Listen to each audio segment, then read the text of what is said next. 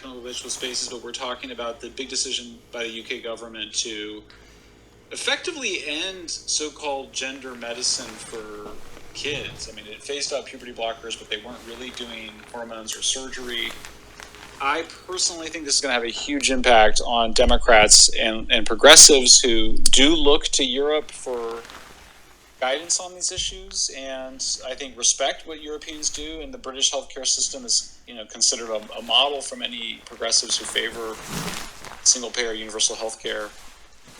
But we've got a lot of people that are joining. I'm so happy to see everybody here. I'm inviting. There's Ben. Ben, you were talking. If you are still with us, would love for you to finish your remarks. And also eager to hear from some of the other folks in this.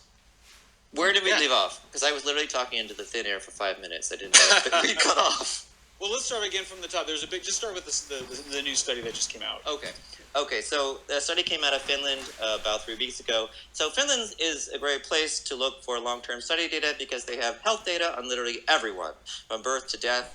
So you don't have the really critical loss of follow-up that we see in so many studies with respect to transgender care that really compromise our ability to understand detransitioning rate, regret, and all these other things, in particular suicide death rates. So you'll hear a lot the claim that gender-affirming care is life-saving, and in part that's based on an inference because suicidality and mental health problems are very high in people with gender distress, young people with gender distress in particular. But no one has ever actually studied to see if this was actually true until this study that came out of Finland 3 weeks ago. And long story short, they found no evidence to support it. So going into the details of how they found that, so they looked at from 1996 to 2019, anyone in Finland who entered one of their 2 gender clinics, there's 2 in the whole country, before the age of 23. And they started their youth gender clinic in 2011. So there were about 2,100 people, this included, and there was about 6.5 years of follow-up on each after they entered the gender clinic. And they entered the clinic at about the age of 18 or 19 on average. So there were some people who did indeed enter when they were officially minors. And so over time, there were 7 suicides in the people who went to the gender clinics. Now, they had a comparison group. They took 8 for each person. They took 4 men and 4 women, males, females, matched by age and place of birth.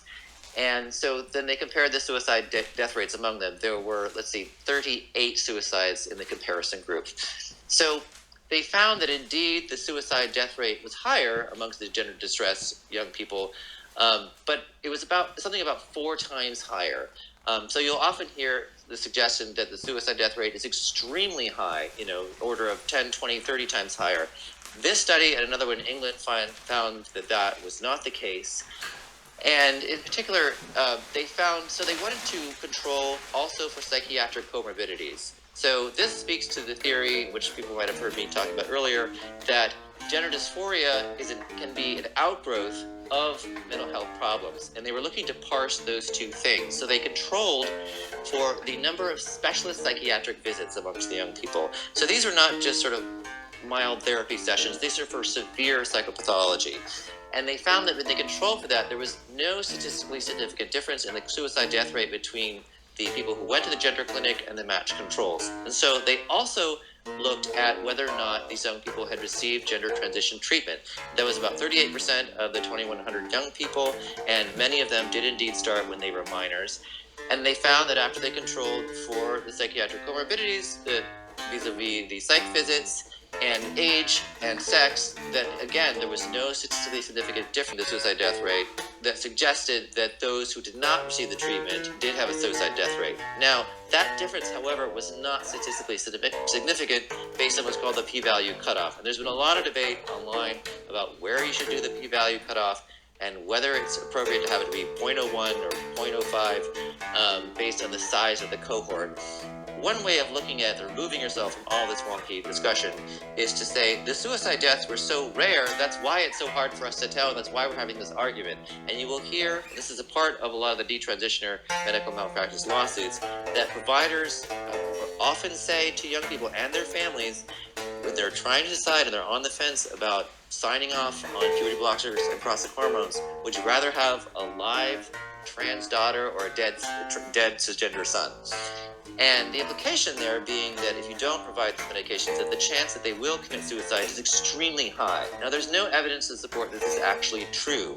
And on the contrary, suicide prevention guidelines suggest not connecting suicide to a single thing in that way, because it can put in people's heads that this is a normal or expected response to not receiving the drugs in this case. So, pulling back again, essentially this was the first study to actually answer the question about whether or not puberty blockers and cross-sex hormones for minors or young adults are life-saving, and it found no evidence to support that claim. Yeah, that's great. And Ben, can you hear me okay? I can. Great, thank you for that. And yeah, we're for people that are just joining, we are discussing the implications of the UK's historic rejection of so-called gender medicine for minors. This was being explained as a ban on puberty blockers for minors, but as Stella O'Malley with GenSpect explained on the earlier spaces that we ended up dropping, this is actually bigger than that, because in Britain they don't have a lot of young people. Maybe you don't have any that are on hormones and surgeries, which are both much more common in the United States. And puberty blockers are usually the first step to those two additional and arguably much more impactful, long irreversible medical interventions. And we were talking about how big of a deal it is, and it seems like there's a lot of people in Britain that had expected there to be something coming, but we also now have, I'm going to read this, just came out from Hannah Barnes, the former BBC reporter that literally wrote the book on so-called gender-affirming care in Britain, called Time to Think. Fantastic book. I recommend it. I especially appreciate that she wrote it so dispassionately. That it's an amazing. It's really just straight up reporting, so you're free to make your own conclusions about significance of her findings. Well, she put up a post today. She says, today's announcement from National Health Service England, that's the government health service, on ending the prescription of puberty blockers for children with gender-related distress goes further than before. She writes, NHS consulted on plans to only allow the prescribing of puberty blockers as part of clinical research or in exceptional cases last summer. Today they've said there will be no exceptional cases. In other words, that is really remarkable. They've changed. So actually, this is not what was anticipated last summer. This is goes much further than that. I think the other important statistic for Americans to know is that there's 5,000 minors in Britain that are on waiting lists to get into gender clinics. There's 100 that are on puberty blockers. Only 100. We think in the United States there are many thousands, several thousand if I'm not mistaken. Somebody else can speak and correct me. I think this is a huge announcement. I think it has hugely significant implications. It shows, first of all, that this is not a right-left thing, that the British government is very progressive on issues of sexuality, issues of difference. It's famously progressive. I think this is game-changing for how Democrats in the United States view this issue. When you go and read the comments at the New York Times, it's often quite different from the articles in the New York Times. This is a very respected national socialized healthcare service saying they're effectively not going to do gender medicine at all. And there can be some small experiments at private clinics, but the government is basically saying no to what's called gender-affirming care in medicine. I think it's a political earthquake. I think it's huge news. I don't think my very progressive family and friends knew anything about this. They may still not even see it if it's not properly covered. But if the story does get out, and if people that are on the left find out about how strong this British announcement is, I think it has a very significant effect. It will have a very significant effect on people. So here, let me just read again from Hannah Barnes. This is the former BBC reporter. Her handle on Twitter, on formerly Twitter X, is just Hannah S. BEE. She writes, and I just added her tweet thread after the Spaces today. She writes, there will be no medical pathway when new gender services open on the 1st of April. So no medical pathway when new gender services open. And we had already talked about in the prior Spaces that the infamous Tavistock clinic, the hospital where the first big gender clinic was, is not reopening. Leora Sapir posted about that earlier on X. So I think that the punchline here is that at least the mass treatment, or we would say medical mistreatment, the mass medical treatment of minors for so-called gender distress is basically come to an end. And there may be a few individuals, but this decision is a final decision. This is not a temporary announcement. This is gigantic, and I felt the need to get on Spaces and have everybody kind of jump on and talk about it, because I think Americans were very provincial, right? We learn, the purpose of war is to teach Americans geography, it's the famous expression. So we kind of go, oh, this stuff is happening over in Britain. People that have supported this, that think that they have been supportive on this issue on the left, they don't understand the medicalization of it. They don't understand the pseudoscientific nature of it. They don't understand the side effects. They don't understand what's happening to kids. And when they find out, they have big concerns. And we've been seeing that increasingly in the polling. I think that the British announcement's really big. I've got a few other colleagues here. Mia Hughes, author of the WPATH files. I don't know, Mia, if you felt like joining in. I sent you an invitation to speak if you want to speak. Colin Wright is requested to speak. Colin Wright, independent journalist. Colin, you look like you're muted. If you want to say something, there's a lower left-hand corner of your screen. There's a microphone. Oh, and then Chloe Cole is here too. I'm very excited for Chloe Cole. It's by the way, I think I mentioned this on the last Space. I'll say it again, so we're starting over again. This is Detransitioners Day. There's one day of year that's called Detransitioners Day. And this huge decision came out of Britain today. And maybe that's a coincidence, but it would be a 1 out of 365 coincidence, assuming it's not a leap year. So potentially also somebody is sending a message, or there's a coincidence. But Colin Wright, thanks for joining my Spaces. Yeah, thanks for bringing me up here. I joined a little bit late, so I'm not sure what was said early on. So if I repeat anybody, I apologize.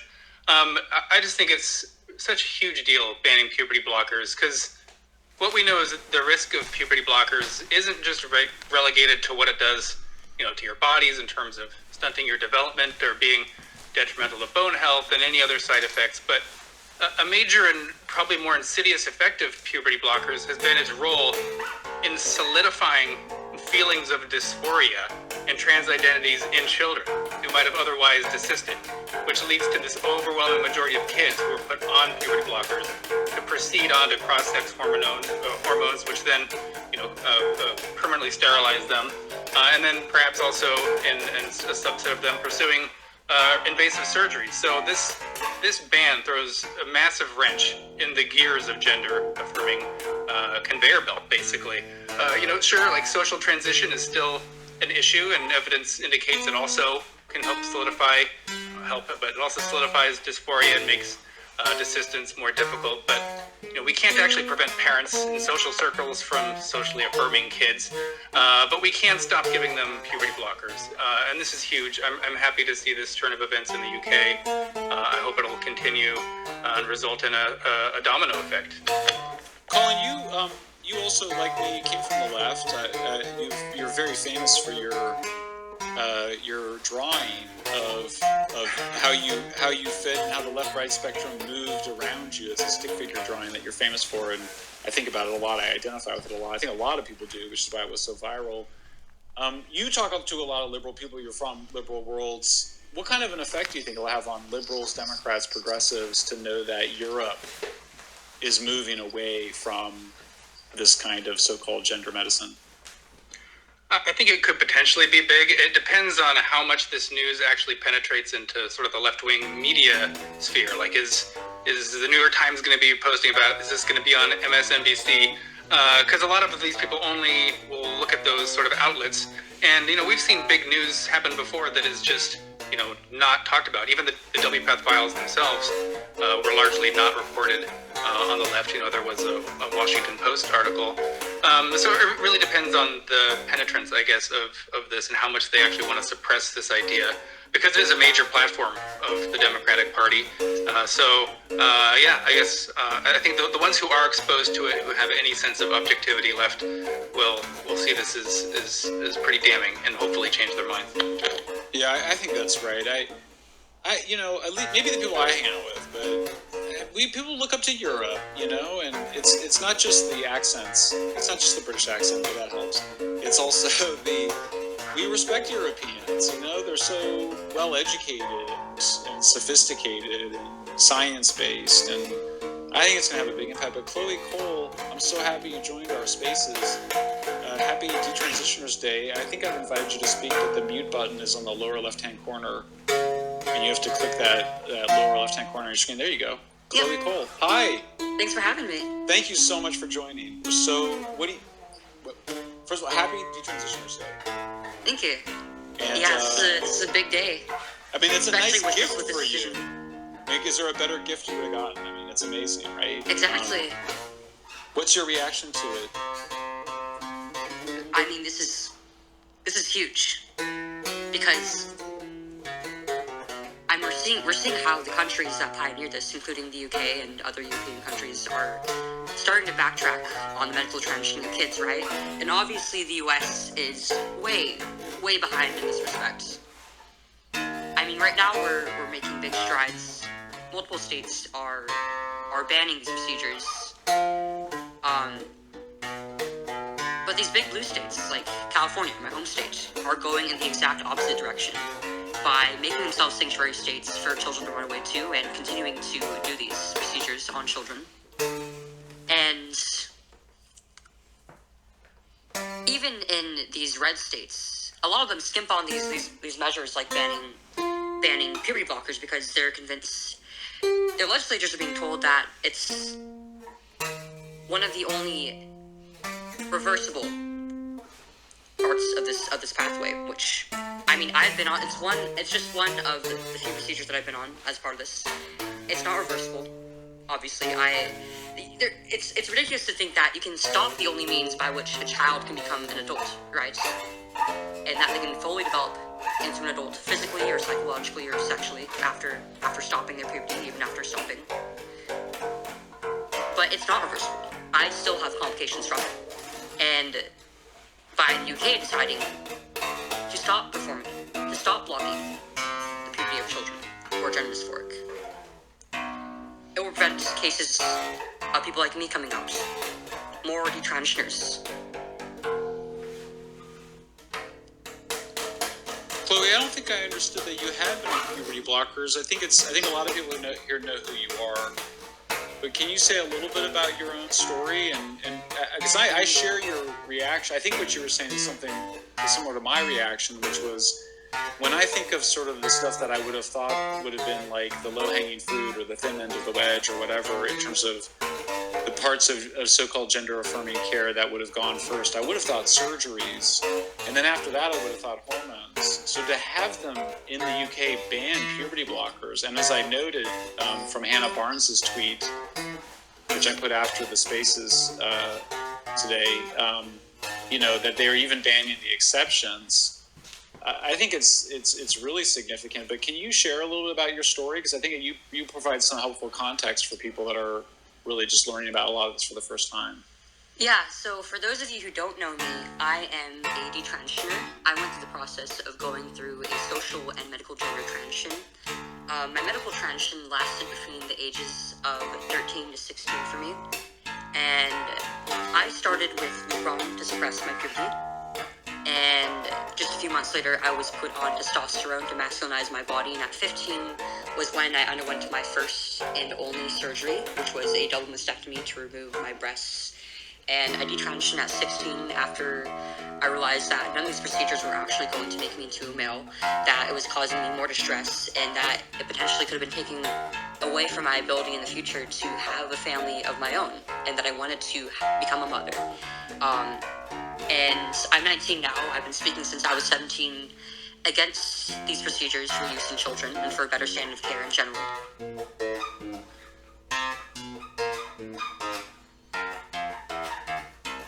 Chloe, it's so helpful. And can you say a little bit, Chloe, about what else is happening to put an end to these medical mistreatments? Like, I think you're involved in a lawsuit, and there's other lawsuits. I think just people assume people don't all know. I know you guys are in it every day, but if you were just talking to somebody that's heard about this for the first time, what else is happening? Yeah, so there is a legislative effort across the states, in various different states across the country to ban these procedures. The blockers, the hormones, the surgeries, and the social transitioning of children by medical professionals. And there also are the lawsuits that are popping up. I think nearly 25 states have some form of ban on these procedures in children. There's roughly about the same number of lawsuits that have popped up by transitioners who have been hurt by these procedures. And there also are the ballot measures that are being proposed in California, one of which is to stop the medicalization of gender dysphoric children.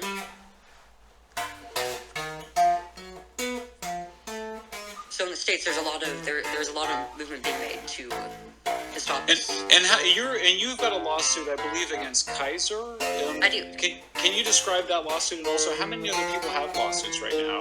How many other detransitioners? It's about nearly 20 or so other detransitioners have filed suits, and there's that we know of publicly. There are quite a few more that are private. But last year, I filed a lawsuit against my healthcare provider at the time, Kaiser Permanente, and 3 of the doctors who put me through this pathway. It was a gender specialist who gave me the letter of referral for surgery, the surgeon, and the endocrinologist who prescribed me puberty blockers and hormones. In what stage of the process is your lawsuit at right now, Chloe? We're still in the preparatory phase, and I can't give any updates yet. Thank you so much for joining on the call, and happy Detransitioners Day. It's tell me if you think it's a coincidence that they announced this in Britain today, or do you think they did it on purpose? I have no idea, but if it is a coincidence, it's a wonderful one. Absolutely. So many great people here to talk. Jamie Reed, I think Jamie has joined us. Jamie, the whistleblower from the St. Louis clinic. Big day today, Jamie. Can you hear us? There's a mute button in the lower left-hand corner. You just got to click that so it's... He's just a listener right now. Oh, actually, thank you. Billboard Chris. I keep pushing it, and oh yeah, Jamie, you should be able to speak now. I'm having some technical problems sometimes getting people to be a speaker, so I'm going to make her Elvira be co-host as well. Billboard Chris, so have you joined us? You wear a billboard that says children cannot consent to puberty blockers. You were one of the first people I thought of when I heard about what happened today. What's your reaction to it? Yeah, today's a phenomenal day. I basically expect this to be happening all over the world, and when Dr. Hilary Cass in the UK released her interim report last year, they had dramatically curtailed the amount of children receiving these puberty blockers, but it's great that they've made this official. And just to correct one point from earlier, I think there was some misreporting in the media today. Through the Tavistock, the gender clinic in the UK, there were 5,000 referrals just last year. The current number of kids on the waiting list is 14,906. They list this data on their website, and they're currently offering first appointments to people who were referred in December of 2018. So it's been more than 5 years for these kids to even be seen. That's how strong the demand is, and they can't nearly keep up with the new referrals that continue to come in. So anyway, it's wonderful that these kids aren't going to be treated to chemical castration drugs, because the positive message we should be sending these children is that they're beautiful just as they are, and they don't need drugs or scalpels to be their true selves. And we all knew this for the longest time. But this experiment has been going on since the 90s when it started in Holland. And it's really been the result of activists and propaganda that have made this spread throughout the world. And finally, information is breaking through. So I wanted to touch on something that Colin said briefly. He talked about the number of kids who outgrow this and how by giving them puberty blockers, we're causing this iatrogenic harm where they end up proceeding onto the cross-sex hormones, where together these drugs and hormones are sterilizing kids. But if we left these kids alone, we already know from studies, academic studies that were done before kids started getting puberty blockers, and these are all up on my website if you want to find them, billboardchris.com. But more than 80% of the time, according to 12 different academic studies that were done before this era of puberty blockers, kids with severe gender dysphoria from a young age, not this rapid onset of distress that's happening with all of these adolescent girls, but it used to predominantly affect boys, about 2-to-1 versus girls. And more than 80% of these boys, when they went through puberty, they outgrew it. The most recent study followed 139 boys from the age of 5 all the way into their 20s. 87% of them, 87.8% to be exact, outgrew it, and 63.6% grew up to be gay as adults. So the cure for gender dysphoria in these more legitimate cases was puberty itself. Now not only do we block the cure, but that ends up signing up these kids for the cross-sex hormones as well, because when they start puberty blockers, they're not just signing up for that. The sales pitch from the left has always been that this just buys them time to explore their gender identity. But in reality, they're signing up for the blockers, the hormones, and eventually the surgeries. So this will protect these kids from taking that next dangerous step as well. And I just wanted to talk about one other very big news. Ben did a great job of discussing this suicide study out of Finland, which showed that it's not causing kids to kill themselves if we don't transition them. This has been the argument from these activists for a long time. And when I say it's the argument, I mean it's the only argument. In every single conversation I've ever had, and I've had tens of thousands of these, always from these activists, the only thing they can say is that kids are going to kill themselves if we don't transition them. This is preying on the natural empathy of people, particularly, young white women on the left who are one of the dominant demographics who are pushing this. They want to be kind. They want to be empathetic. They're going to university where they're taught this is helping children to be who they really are, and that the suicides will go up if they don't transition them. And this has been their number one argument. So in addition to that Finnish study, there's this other study that Ben highlighted this week, which I hadn't seen. I don't think anyone had seen it. It was from 2021. And I just put it at the top of my account if you guys want to go read this. But it found that in a study in California, which followed, this was out in 2021, and it looked at more than 868 males and 357 females from 2012 to 2018, and it looked at them 2 years before their sex reassignment surgery and 2 years after their surgeries. And it found that with the group of males, almost 900 of them, suicide attempts were 3.3% after, whereas they were only 1.5% before. So the actual attempts for suicide more than doubled after surgery. With the female population, it stayed about the same.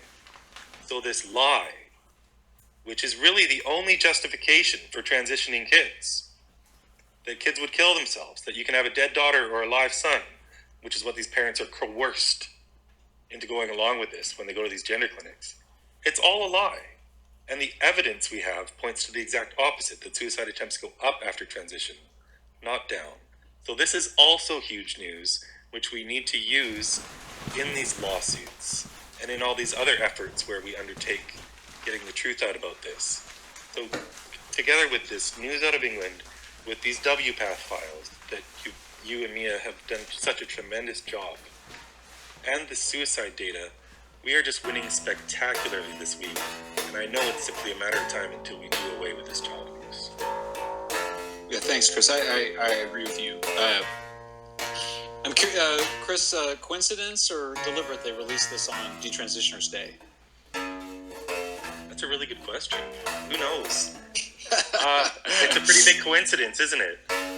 All One these out of coincidences. 365. 1 out of 365. You don't have to be a mathematician to figure out Yeah. the probability. And it is a leap year this year, so I'm gonna say no, it's not a coincidence. I'm thinking they probably know this is Detransition Day and they dropped it.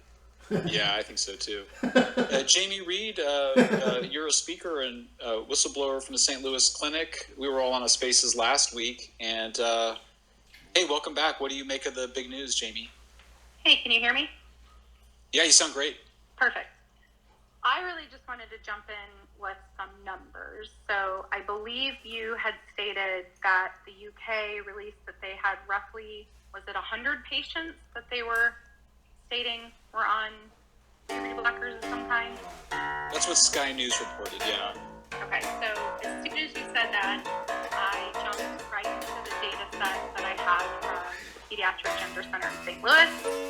I did a quick sort alphabetically, and I found 67 patients were on either Trixidor, Suprelin, or Lupron as a puberty blocking agent, and that was the data set that only ran from 2020 to 2022. So if you look, that just slightly blows my mind. So we have one center in the middle of the United States, probably not the biggest center that we know of, and we found, and I could find 67 patients on a puberty blocker just in that center alone. And I also know that in the Kansas City Center, I tracked roughly 1,200 patients. The data I heard out of Kansas City was they were tracking roughly 700. So I'm going to, I think, comfortably assume that their statistical numbers for puberty blockers are similar, which means I could probably guarantee in the state of Missouri alone, we probably have more patients on puberty blockers than what the UK has stated they have in its entirety. That's amazing. And by the way, I just want to correct, Chris corrected me and said it's actually 15,000 British kids that are on the way list. More sense. Okay. On the list, but that's on the 100 waiting list. But yeah. But yeah, it was reported that 100 are currently receiving puberty blockers. Now, one reason that might be so small is because they already dramatically curtailed this last year. Correct. But they received 435 referrals just last month. They only offered 34 first assessments during the month. None of those would be getting puberty blockers because they've already stopped that. And this has been going on for about a year now.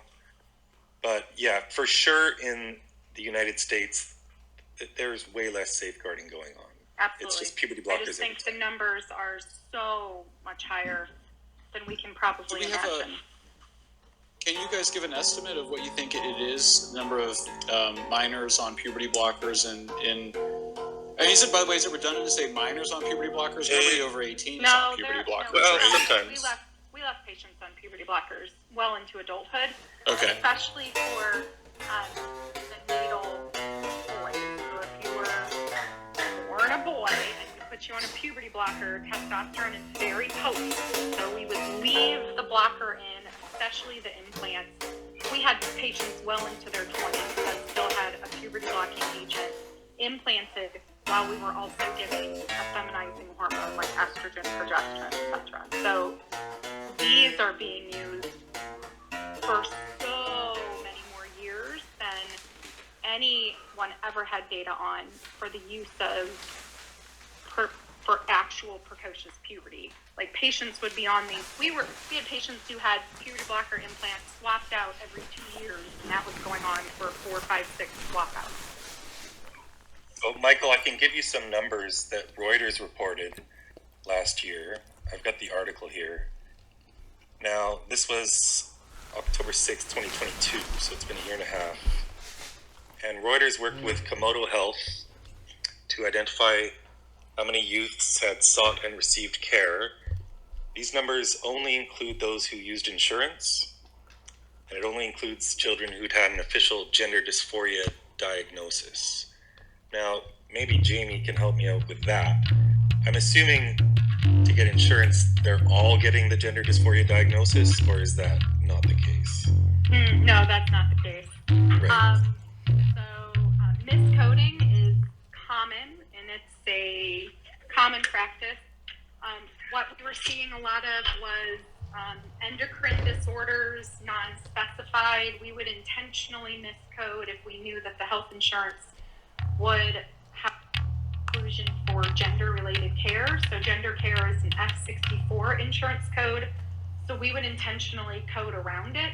And so one of the things about data in the US that will continuously just make me skeptical is just the knowledge that how pervasive it is to intentionally miscode gender-related care.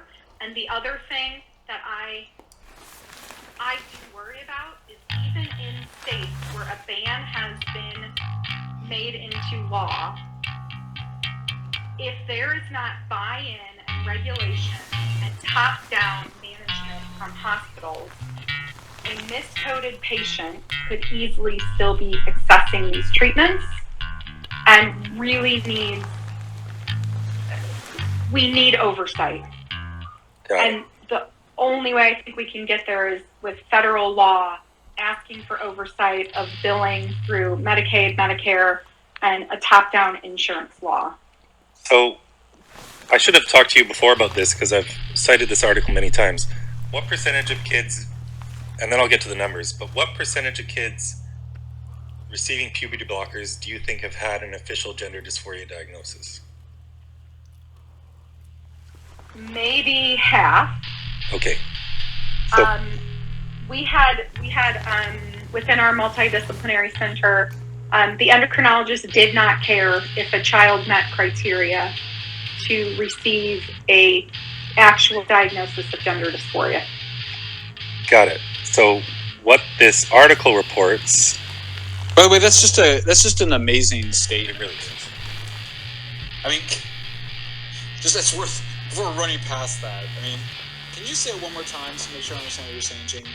The pediatric endocrinologist, the co-director of the center I worked at, did not care and was willing to prescribe to patients, even if they did not meet criteria by the DSM-5 for the condition of gender dysphoria.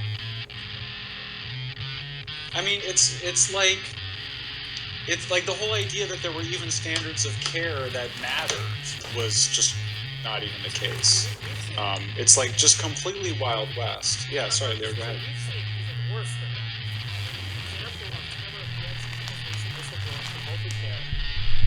She had a patient, a 13-year-old girl, whose life history was just, I think, the most shocking story I've ever come across in this space and maybe even in general. And even under WPATH's extremely relaxed criteria for medicalization, I mean, WPATH Standards of Care 8 is nobody's idea of a safeguarded, medical guideline, or it's not really a medical guideline, but it's nobody's idea of an ethical, evidence-based standard of care.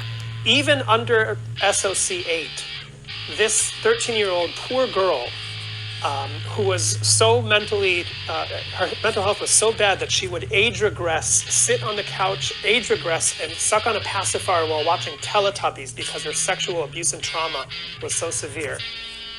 Even this girl was approved for transition in multicare because the expert in gender-affirming care at Tamara Pietsky's hospital told her in an email the only that what we medicalize is gender incongruence, meaning a mismatch between a person's subjective feeling about being male, female, or something else, and their actual sex.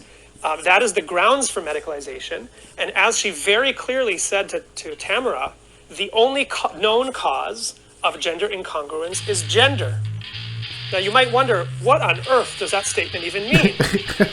It's circular reasoning, but of course in this industry, as we know, there's absolutely no... That's what it's all about. Absolutely no... It's tautological. Exactly. No, it's tautological. I mean, the article in the New York Magazine yesterday really just was sort of sealed the deal. That's what a lot of these activists want. It's just it's basically we want to do whatever we want and anybody should be able to do it at any age and no restrictions. I mean, it's so crazy. It's just shocking. When Tamara Pietsky took these concerns to a higher level, to the hospital's risk management team, these are people who are supposed to be flagging these problematic practices and protecting patients against medical malfeasance. Without a second of hesitation, the risk management team agreed with the gender-affirming care expert, took the patient away from Tamara, and gave her to a different therapist who would greenlight this girl for hormones. So, I mean, the rot is institutional, it's systemic, it's not just the gender-affirming providers. And before I go, I just wanted to mention just a couple stats. The Reuters investigation from 2022, which is the only serious effort to date, I shouldn't say serious, the only effort to date to put some data on the table in terms of what's going on in the United States, found, I'm just going to read off some numbers here. 2017, there were 633 puberty blocker prescriptions given. 2018, 759. 2019, 897. 2020, 1,101. 2021, 1,390. So the trend was clearly a clear increase of about 20% per year. And I can say that we're now having a look at a much more rigorous data set of insurance. And based on our preliminary investigation, these numbers are significant undercounts. The rate of medicalization, the number of medicalizations is far higher. And I think one of the most important questions we need to figure out in the in the weeks or months ahead is what is what I've been calling the conversion rate, meaning the moment a kid enters a gender clinic, what is the probability that that kid is going to get medicalized? From anecdotal experience and some preliminary investigation, including by Reuters, the indication is that medicalization is the norm, not the exception, despite the fact that the American Academy of Pediatrics has said that the vast majority of gender dysphoric kids should not be medicalized. So it seems that even our so-called professional medical associations are completely out of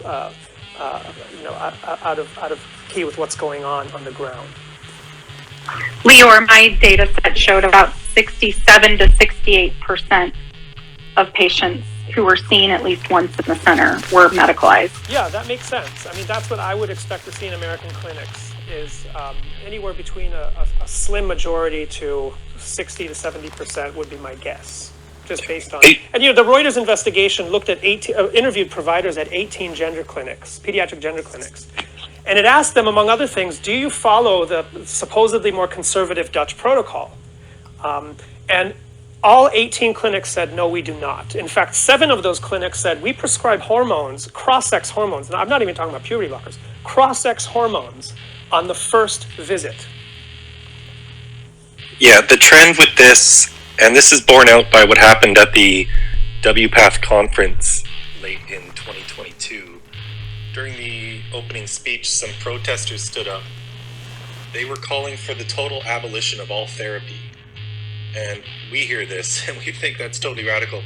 But what was the result from everyone in the room? A standing ovation, including from the executives of WPATH, because they don't actually consider gender dysphoria to be a medical condition. They just consider that you have a gender identity that does not conform to your sex. And we shouldn't even be medicalizing it. So to even suggest therapy is to suggest somehow that this person's gender identity is wrong. So they want to go away from that. So yeah, I mean, it's so interesting because I have to say it seems like the ideology is that basically that the only thing keeping people from expressing being trans up until now was social stigma, and so that anybody who says they're trans, you should assume it's just the exact same thing as it was to come out as gay. And there's just this assumption that if you say that you have gender dysphoria, it's the exact same thing as saying you're gay. And obviously, it's very different than that. Ben Ryan, you have comments about this? So the author of the finished suicide paper that I referred to earlier, who is also the head, she's a child psychiatrist, and she's the head of one of the 2 pediatric gender clinics that were founded in the country in 2011. I asked her about her prescribing practices, as we were just discussing, that Jamie talked about. And she told me that in the first few years of the clinic, I can't remember the exact figure, but it was something, like 2/3 or over 50% of young people, of minors who came in, were getting puberty blockers and/or cross-sex hormones. But after just a few years, she started to have a lot of misgivings. The head of the clinic, Dr. Kaltiala. And they started publishing papers, analyzing these young people, and basically what her findings were was that they were putting these kids, kids were very distressed. Increasingly, they had a lot of mental health problems over the years. These kids started coming in more and more. They were increasingly biological girls, and they found that the kids who were very distressed, when they put them on puberty blockers or cross-sex hormones, generally weren't getting better psychologically. And the ones who were doing well, were less psychologically distressed, they tended to do the same as well. So there really didn't seem to be a big change. So she told me that she really started pulling back on her prescribing practices. And she's seen over 500 of the young people who have been through this gender clinic over the years, in the last 13 years now. And so in the latter half of the 2010s, she really started to lobby the government health services to get them to officially restrict the practices. So towards the end of 2010s, she told me that she was really only prescribing drugs to maybe about 20% of the young people who were coming in. She really pulled back sharply. And then in 2020, the government officially imposed very severe restrictions on such prescribing. So that's how it went down in Finland. And what I was saying earlier about this sort of top-down centralized healthcare system they have in a small country like that, it's much easier to make centralized decisions based, on somebody's expert opinion mixed with all of the research that they're doing, whereas it's so much more chaotic in the United States, and we see that playing out in all the different ways, all the different laws, and the different policies that different clinics have. Some follow the quote-unquote informed consent model, and that's what we were just referring to with removing any, almost all or all gatekeeping, quote-unquote, the psychological assessments that are required and recommended by WPATH, by the way. That's the big trans health best advocacy group that all the other medical associations in the United States follow. So it's such a mixed match of systems in the United States, and that's why it's so difficult. We need Reuters, or I guess, Lior, you were suggesting the Manhattan Institute is analyzing data on how many people are getting prescriptions for these drugs in the U.S., because sadly, we just don't know. It's really amazing. So did we get a final count? Well, it's safe to say, just adding up the 5 years from 2017 through 2021, assuming this is about 50% reported just from those gender clinics, that's already close to 10,000. So it's safe to say tens of thousands of kids have had puberty blockers in the United States. And then when it comes to the opposite sex hormones for children, that's much higher. That's at least double. So, no, it's more like triple. In 2017, it was 2,000, then 2,500, 3,000, 3,200, 4,000. So that gets up probably closer to 50,000. And this is just growing all the time. This doesn't account for the last 2 years.